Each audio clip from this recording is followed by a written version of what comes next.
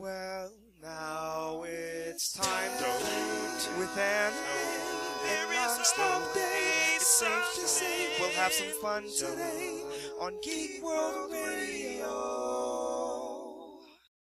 Hey everyone, welcome to another episode of Geek World Radio. So, what are we talking about on today's episode, Dave? Oh, we're going to talk about video game movie adaptations. Yeah. Now, there are a lot that have been announced recently, and we have seen pretty much every single video game adaptation that's come out in the theater. There's only one we've missed anime, and that's the new Silent Hill movie. Other than that, we've seen all of them. Yeah. And so we've seen all the issues they've had, where they've gone wrong, and with things like Deus Ex, Assassin's Creed, Splinter Cell, Metal Gear coming out in the near future, we want to talk about where all the past ones went wrong, so all the future ones can be right.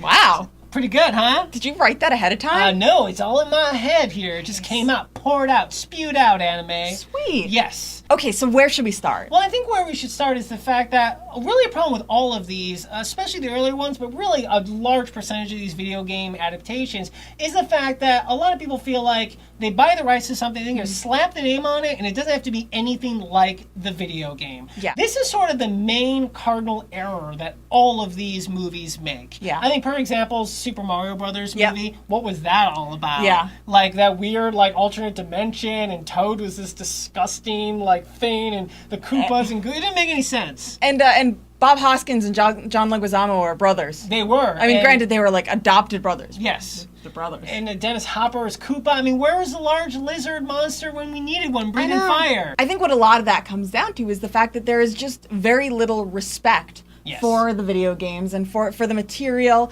And like you said, all they do is they buy the rights because, Super Mario Brothers is so popular. Slap the name on and do whatever you want. They did the same thing with Doom, and along with Doom, not only was it only slightly, but pretty much not at all like the video game, but on top of that, another thing these companies do that's just part of this number one problem is the fact they figure if they do one little thing like the video game, then it's like they're home free for the rest of it. What they did with Doom was they made a movie that was pretty much not at all like the actual video game of Doom, but they had 1.5 minute sequence that was in first person. Yeah. And they're like, see? It's just like the video game. Which I guess is slightly better than what Uwe Boll did when he actually cut in footage from House of the Dead, the video game, in to the transitions of House of the Dead. So, in a way, good for you guys. You're better than Uwe Boll. You should put that on a plaque.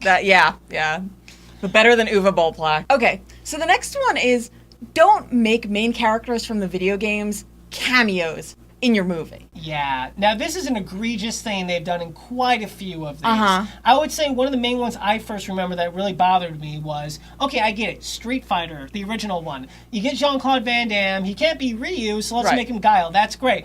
But don't make Ryu just some strange sort of buddy comedy thing with Ken on the side. Yeah, I mean, the fact is that Ryu and Ken, their thing should be first and foremost. Yeah. I don't care that one of the people that you got is Jean-Claude Van Damme. I don't care that you got big actors. You hire people to fit the roles that you're putting them in, and you don't write your story around the actors that you've gotten to play certain roles. Anyone who's played Street Fighter knows Ryu is pretty much the main character, so it was difficult to have him in that cameo. Seriously, how many people go to the game and go, "Oh, Guile, that's who I need to be"? It's all about Guile, right? It's his story. Especially back then. Chun-Li was more of a main character than Guile. On top of that, though, I love the Resident Evil movies Paul W.S. Anderson does, but the last one had some major issues like this. First off, I mean, who's this Leon Kennedy guy? Yeah. What's that about? I mean, he wasn't exactly a cameo. It wasn't as bad as Barry Burton. Oh, my God. Which is definitely more of a cameo than anything else. But still,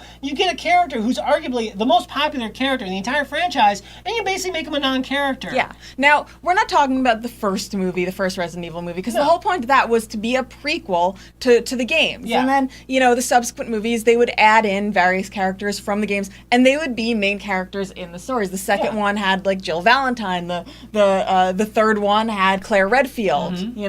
The fourth one had Claire Redfield and Chris Redfield. Exactly. But they were actually characters. And this last one, Barry Burton was the worst. He wasn't even a character. They just gave Kevin Durant a beard and a poofy jacket and a revolver. And you're Barry. We're not even giving you any dialogue. No. You're Barry. Yeah. I don't know why. He didn't even say Jill Sandwich, okay? He didn't even say Jill Sandwich. That's my bad. He wasn't chubby. He didn't say Jill Sandwich. If he had literally fallen And on his deathbed, he said, Jill Sandwich. I would have been okay. Yeah. But they even about doing that. What's up with that, Paul W. Sanderson?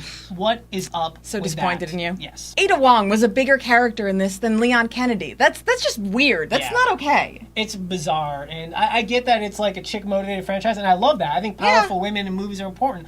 But at the same time, don't just throw under the bus some of the most popular characters just for that. I mean, that sucks. Yeah, granted the story didn't really have much of a plot, so. Yeah, maybe you know what helped with plot? Maybe having the characters be sort of like the characters in the video game. Okay, so next up, a big problem with these, especially the earlier ones. Yeah, kids love video games, right? Sure, but so do adults, especially people of our generation who grew up playing them. So don't just target these movies to kids. I think a perfect example is, sure, you can make the case for Super Mario Brothers, you can make the case for Double Dragon, those older ones, but look at Prince of Persia from a few years ago. Absolutely. Prince of Persia, Sands of Time, those games, those were dark games. They were bloody games. Yeah, those were like the, original Assassin's Creed type games. Yeah, now, the fact is that, when it comes to Super Mario Brothers, we have a million things that we can say went wrong with that movie. Yeah.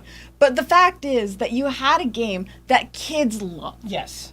It's not a bad thing to gear things towards kids in that. Yeah. It's not a bad thing to make it more like the video game, which I think they could have done and had a really fun movie that kids would have loved. On the other hand, when you take a video game that's rated M for mature, Yeah. don't take it and try and make the movie for kids. I mean, come on. You tried to make Pirates of the Caribbean out of Prince of Persia. Yeah. And you know what? I like Jake Gyllenhaal and everything. It was cool he got super jacked, but at the end of the day, it wasn't dark, it wasn't cool, and that's what the source material is. And the irony is that it probably would have been better. He probably would have been better if they had made it dark the way it should have been, because he's really good at those dark characters. I totally agree. Okay, next up, hire appropriate actors for the roles. Yeah, now this isn't just about whether they're a good actor or a bad actor. And they should be good actors. Yeah, this is about appropriate. I'm not even going to bring up Jean-Claude Van Damme as Guile, even though Guile isn't like Belgian. Whatever, I don't care. That made sense at the time. But, look at Kristen Kruk from Legend of Chun-Li. Yeah. Okay, it's like, first off, I appreciate the fact that she is Asian. That's fantastic. But the thing is, she's not a very good actress to start with. And second, there's nothing physical about her. No. She doesn't seem like she can beat up anybody. She doesn't look like she can beat up herself. And so it was just weird to have her in there. And that's aside from the creepy Red Shoe Diaries VO in that movie. Yeah, I don't care how much Lana Fu she did in Smallville. It doesn't mean that like the fight scenes are gonna work, especially when they have her doing her like lesbian mating dance. Well, Remember that? That part was good, yeah. That was the best part. Yeah. And also Chris Klein, I mean, that was the funniest role of all time. Unfortunately, it wasn't a comedy. It starred Chris Klein's greasy hair. Yeah. I know a lot of you guys love Mark Wahlberg. I get why Mark Wahlberg is a big actor. He's a great producer. Yeah, he's a great producer, and there are some roles he's been very good in. However, Ted, yes, he was great in Ted. However, I feel like Max Payne was not the right role for him. Not at all. At the same time, a perfect example, I love Timothy Olyphant. Yes. I think he's amazing in Justified. Absolutely. He's unbelievable. Not good in Hitman. No, he was not the right guy. Doesn't fit. And I think that's important. It's not just how big the star is, it's whether or not they're appropriate. And that's a big problem with a lot of these. Absolutely. Okay, so next one, a lot of these movies forget that story matters. Story matters, people. Yeah, and this isn't just the Uwe Boll movies that we all know are terrible. A lot of these movies, they really don't even have coherent plots. Yeah, I mean, Uwe Boll movies, they have moronic plots, Yes. and they generally don't really have to do a lot with the video game, and they're terribly made movies. But, I mean, he actually makes stories sometimes. Yeah. I think Silent Hill's a perfect example. Yes. Silent Hill, aesthetically, was almost perfect. It was just like the video game. But instead of taking the plot from the video game, instead they did some sort of weird Wicker Man thing. Except there was no Nicolas Cage going, the bees, which really might have actually helped that. Though, points on the Dark Nurses. You guys know what I'm talking about. The Dark Nurse dance, that was amazing. Yeah. So there's a bunch of movies that are going on right now that they're talking about making things like asteroids. Yeah. You can't make Tetris or Asteroids or Dig Dug. Yeah. I mean, you can't make a movie off those things. They're things without plots, and to just take them to use the name, it's just not right. It's sort of like, Wreck-It Ralph was awesome. It's like Q*bert was great in Wreck-It Ralph. Right. It's like a Q*bert movie. Yeah, you don't make a Q*bert movie, you don't make a Pac-Man movie. It's not right. It doesn't work. These things don't have any sort of story to base them on, and so it's not right to just slap the name on and say, people are building things, it's Tetris. No. Exactly. And I really think with all these new movies that they're going to be making, like particularly Deus Ex, Assassin's Creed, I think finally we could reach this golden age of cinema for video game adaptations we've been waiting for forever. Because everyone from our generation, they want good video game movies. They're not like, oh, video game movies, I hate them. No, they want it. It's just a lot of them have been really bad. There's also a reason that when we play things like Uncharted or Deus Ex Human Revolution, that we say, wow, this would make a great movie. It's not because we just want all of our video games to be movies. I like video games. I want them to be movies. Yes, it's because they make these beautifully cinematic games that have incredible stories behind them. They even get real writers to write these stories. And they deserve the respect. Absolutely. That people that don't play video games don't give video games. The way that they finally started to do with comic book movies recently. Yeah, I mean, that's the main thing for me, is some video games, the stories are better than any feature film you see. Deus Ex is one of those. L.A. Noire was amazing. Yeah. The first Metal Gear Solid was unbelievable. Absolutely. And I think that it's these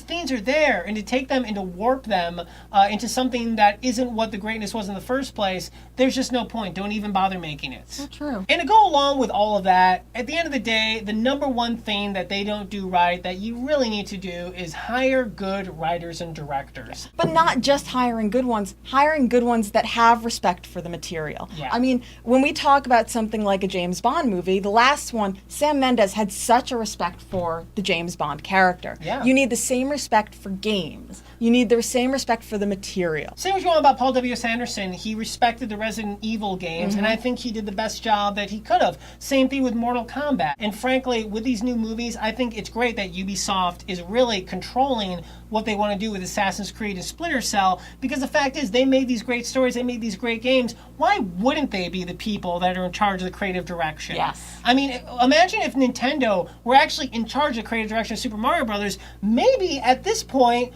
it wouldn't be all about comic book movies. Maybe it would be about video game movies. Yeah, you know what? Maybe we'll be seeing a good Zelda in the future if they can actually get some of these other movies right. And honestly, if they go along with these things and they fix these issues and we start having these great movies come out, maybe finally people will be able to see these video game movies they want to see. Like Nintendo will never let another movie be made of their stuff until they realize that finally video game adaptations have arrived. Finally, we can do a Legend of Zelda. I mean, imagine you could do Legend of Zelda like Lord of the Rings. Yeah. A Metroid. You could do Metroid like Aliens. I mean, there's so many options of these great things that could be done, but they need to be encouraged by showing finally video game movies have arrived and they're respected and they're awesome and they got great talent behind them. Absolutely. So I guess that's all that we have to say about this topic. Yeah.